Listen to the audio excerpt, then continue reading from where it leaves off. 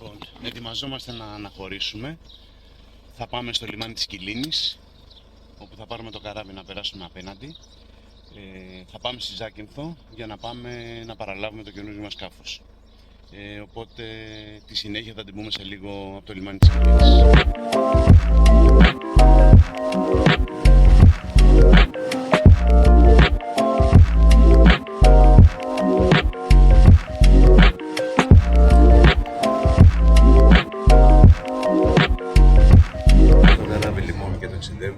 Πηγαίνουμε προς τη Ζάκυνθο. Εκεί πέρα θα μας περιμένει ο φίλος ο Κωνσταντίνος, ο οποίος θα πάμε στο μαγαζί του για να πάμε να πάρουμε το σκάφος, να πάμε να το ρίξουμε, να κάνουμε και μία δοκιμή που θέλει και μετά να περιμένουμε το καράβι το μεσημεριανό που θα μας φορτώσει το σκάφος μέσα για να γυρίσουμε προς την Κιλίνη, όπου θα γυρίσουμε να κάνουμε το ταξίδι μας προς την Αθήνα.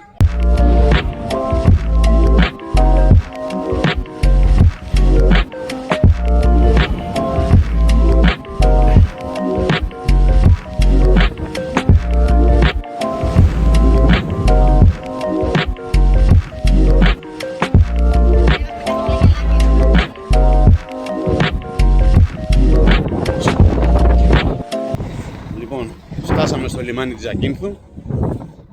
Πάμε λίγο πιο κάτω τώρα, θα έρθει ο φίλος να μας παραλάβει. Να πάμε να τσεκάρουμε λίγο τη βάρκα. Θα το ρίξουμε, θα κάνουμε και μία δοκιμή και θα μας επιστρέψει στο λιμάνι να το βάλουμε μέσα στο πλοίο για να φύγουμε με το μεσημεριανό.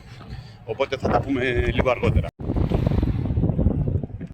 Βρισκόμαστε στη Ζάκυνθο, στο μαγαζί του φίλου του Κωνσταντίνου, στο Expert Marine, που ήρθαμε να παραλάβουμε την καινούργια μας βάρκα μετά από κάποιες εργασίες που είχαμε ζητήσει από τον Κωνσταντίνο, ο οποίος είναι ένας υπέροχος άνθρωπος και πολύ σοβαρός επαγγελματίας και τον ευχαριστούμε πάρα πολύ για όλο αυτό. Τώρα ετοιμαζόμαστε να φύγουμε, να πάμε να κάνουμε τη δοκιμή και λίγο αργότερα να μπούμε στο καράβι για να επιστρέψουμε. Η καινούργια μας αγόρασε βάρκα. Είπαμε να αλλάξουμε λίγο κατηγορία, να φύγω λίγο από τα φουσκωτά, μιας και αυτό που θέλω να κάνω σαν ψάρεμα πλέον είναι μόνο καλάμι. Οπότε δεν βλέπω και το λόγο να ξαναγυρίσω πάλι σε φουσκωτό. Διάλεξα λοιπόν να πάρω ένα Poseidon Blue Water 170, το οποίο είναι μοντέλο του 23 και η μηχανή επίσης με 30 ώρες. Έχουμε μια Mercury 60 και νομίζω πως θα μπορέσουμε να κάνουμε όλα αυτά που θέλουμε έτσι και αγαπάμε.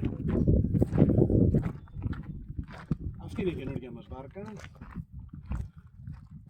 Μπήκανε και καινούργιες μπαταρίες, τοποθετήσαμε μάτια, βυθόμετρα πάνω και τα λοιπά. Διαθέτει απίστευτους χώρους και ψυγείο για ζωντανό που μας χρειάζεται για το ψάρεμα που έχουμε επιλέξει να κάνουμε. Ελπίζω να μπορέσουμε να το χαρούμε στο έπακρο. Θα τα πούμε πάλι αργότερα προς την επιστροφή μας.